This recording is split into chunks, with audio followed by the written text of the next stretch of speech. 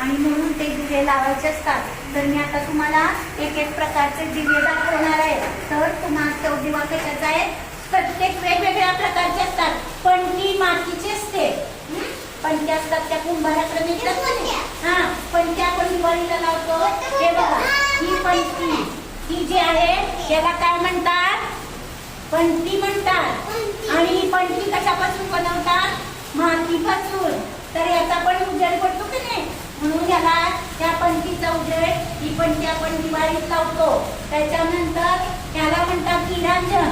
आपण देवाची आरती करतो की नाही, सुख करता दुःख करता, तेव्हा असा ओवाळतो की नाही आपण, त्याला काय म्हणतात? निरांजन. आणि हे निरांजन असतं की नाही, याच्यामध्ये तुपाची वात घालतात आणि ती वात, त्या वातीला काय म्हणतात? फुलवात म्हणतात.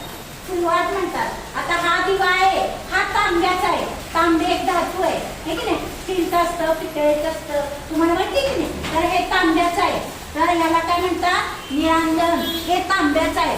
आणि हे याला काय म्हणतात? समई. है की नाही, तिथं आपण काढली की नाही समई. हा, ही समई आहे, ही पितळेची आहे. तर या समईत पण लांबडी वात असते, तेलाची वात लावतात आणि ही दिवा पुढे ठेवतात. लक्ष द्यायचं इकडं. तर ही समई आहे आणि ही पितळेची आहे. ही समई पितळेची. हे कशाचं आहे सांगा? हे कशाचं आहे? तांब्याचं आहे. हे कशाचं आहे?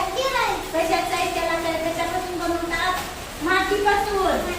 आता हे बघा, हे की नाही, त्याला समईच म्हणतात छोटी, पण ही कशाची आहे? चांदीची आहे. सोनं चांदी माहिती की नाही, ती सोनाराच्या दुकानात आपल्याला मिळते. हा, त्याला काय म्हणतात? चांदीची समई. तर अशा वेगवेगळ्या प्रकारचे दिवे आपल्याकडं असतात. हे सगळ्यांना कळले का दिवे? जर आता आपण नेहमी स्टीलचं निरांजन वापरतो की नाही आरती करायला. हा, गणपतीला, आता गणपती येणार आहे की नाही, मग गणपतीला आरती करतो ना आपण, तेव्हा आपण असे दिवे लावतो, हे साईडला लावतो की नाही. आणि आता काही ठिकाणी लाईटच्या समयी तर माहिती का तुम्हाला? लाईटच्या समयी असतात, लाईट लागतात त्याच्यामध्ये. हा, तर म्हणून असं ह्या दिव्याचं महत्व आहे.